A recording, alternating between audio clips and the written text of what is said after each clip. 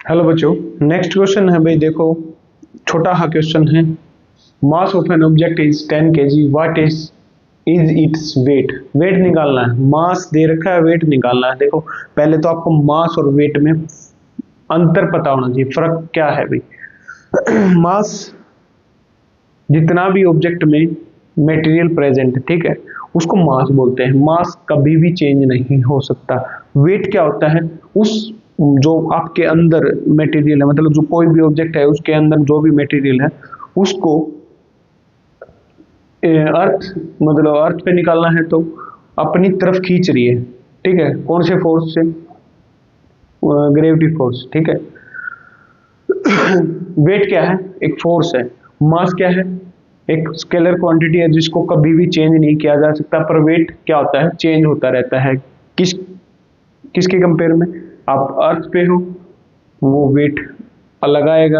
आप मून पे हो, वो अलग आएगा, ठीक है। और आप स्पेस में हो तो क्या होगा? वो अलग आएगा। हम स्पेस में क्या होता है? ग्रेविटी होती ही नहीं, तो ग्रेविटी नहीं होती। तो फोर्स का फार्मूला क्या होता है? वैसे फोर्स का फॉर्मूला क्या होता है? M A. और ये वेट क्या है? एक फोर्स ही है। और कौन सा फोर्स है जो मास पे लग रहा है? एक्सेलेरेशन कौन सा हुआ? Gravity. Acceleration due to gravity, ठीक है। ये वेट का फॉर्मूला है। ये चेंज होगा। देखो, मास तो चेंज नहीं हो सकता, ठीक है। मास कैन नाइदर बी जीरो, ना ही कभी जीरो होगा। पर जो वेट है वो क्या होगा? जीरो हो सकता है। कब? जब ग्रेविटी जीरो, ठीक है। अर्थ पे वेट अलग आएगा, मून पे अलग आएगा, स्पेस में अलग आएगा, और किसी प्लेनेट पे कंपेयर करोगे तो अलग आएगा, ठीक है। वेट है एक फोर्स, मास क्या है? जितना भी मटेरियल आपके अंदर प्रेजेंट है, और जो मटेरियल प्रेजेंट है अर्थ उसको अपनी तरफ खींच रही है, ठीक है। एक्सेलरेशन ड्यू टू ग्रेविटी, वो फोर्स जो लग रहा है वो क्या कहलाता है? वेट, ठीक है। आप जमीन पे चल पा रहे हो, किस वजह से? ग्रेविटी की वजह से, ठीक है। जो आपका वेट मास है उसको अर्थ अपनी सेंटर की तरफ क्या कर रही है? खींच रही है फोर्स लगा के, तो आप जमीन पे चल पा रहे हो, ठीक है। नहीं तो स्पेस में क्या होता है? ग्रेविटी नहीं होती तो हवा में उड़ते रहते हैं, ठीक है। ये होता है फर्क। मास जीरो कभी नहीं हो सकता, पर वेट हो सकता है, ठीक है। अगर ग्रेविटी चेंज होती रही, अब आपने इसमें सिंपल ये करना है कि वेट कहाँ निकालना है? अर्थ पे निकालना है, ठीक है। और वेट क्या होता है? फोर्स होता है।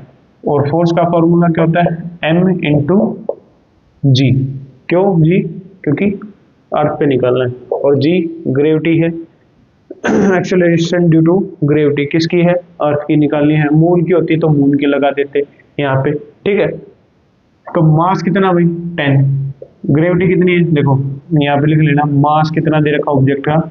10 केजी।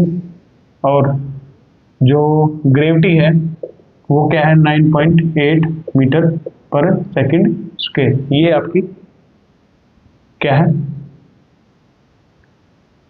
ग्रेविटी है, ठीक है।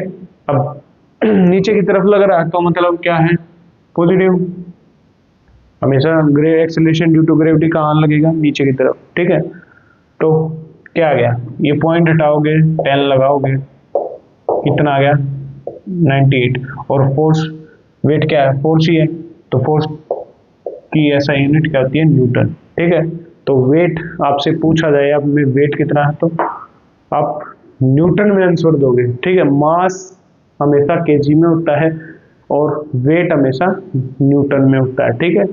वैसे बोल देते हैं कि आप वेट निकाला, पर जो वेइंग मशीन है उसमें एक मैकेनिज्म होता है, वो वेट ही निकाल के सॉरी मास निकाल के देती है, ठीक है।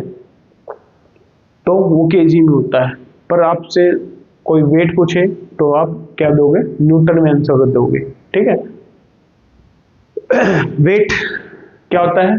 फोर्स होता है, ठीक है। और कौन सा फोर्स? वही फोर्स जो अब अर्थ पे निकालना है तो क्या लगा रही है? अर्थ पे एक फोर्स लगा रही है। कोई भी ऑब्जेक्ट है अर्थ पे प्रेजेंट, अर्थ की सरफेस पे प्रेजेंट है, उस पे एक फोर्स लग रहा है, ठीक है। वैसे तो ग्रेविटेशनल फोर्स आपने पढ़ा है कि कोई भी दो ऑब्जेक्ट हैं इसमें इस वर्ल्ड में, तो उन पे एक फोर्स लगता है। वो कौन सा फोर्स होता है? कोई भी दो ऑब्जेक्ट पे ग्रेविटेशनल फोर्स, ठीक है, एक दूसरे को अपनी तरफ खींच रहे हैं, पर वो महसूस नहीं होता क्योंकि जो ग्रेविटेशनल फोर्स है उसकी वैल्यू बहुत छोटी होती है, ठीक है, तो वो महसूस नहीं होता। पर यहाँ पे वेट क्या है, ऑन अर्थ निकालना है, तो अर्थ अपनी तरफ क्या कर रही है? मास को खींच रही है, ठीक है, हमारे जो भी ऑब्जेक्ट लिया गया है उस ऑब्जेक्ट को अपनी तरफ खींच रही है। कौन सी? एक्सेलरेशन ड्यू टू ग्रेविटी से, ठीक है, तो वो निकालना है। ये था आपका क्वेश्चन। नेक्स्ट करेंगे